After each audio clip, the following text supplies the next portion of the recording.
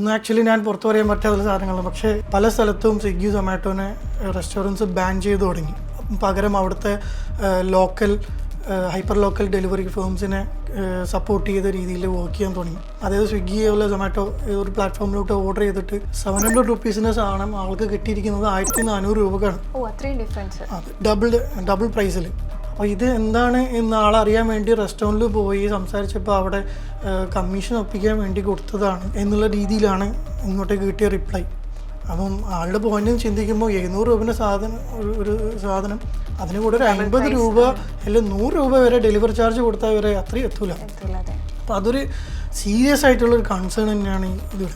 അത് സീരിയസ് ആയിട്ടുള്ളൊരു പ്രശ്നവും കൂടിയാണ്. അതിന് എഗെയിൻസ്റ്റ് തന്നെയാണ് പൊട്ടാഫോ ഉള്ളത്. പൊട്ടാഫോൻ്റെ വിഷൻ തന്നെ എന്താണെന്ന് വെച്ചാൽ എന്താണോ റെസ്റ്റോറൻറ്റ് പ്രൈസ് അതിന് അവിടെ ഫുഡ് എത്തുക. അതിൻ്റെ കൂടെ ചിലപ്പം കൺവീനിയൻസിന് അല്ലെങ്കിൽ ഡെലിവറി പേഴ്സണിൽ കൊടുക്കാനുള്ള ഫീസ് ഈടാക്കണം. കാരണം അതൊരു മാന്യമായ തുകയാണ്. നമ്മൾ സൗകര്യത്തിന് വേണ്ടിയിട്ടാണ് നമ്മൾ ഓർഡർ ചെയ്യുന്നത്. സോ നമ്മൾ അതിന് വേണ്ടിയിട്ടുള്ളൊരു പേയ്മെൻറ്റ് അടക്കുക.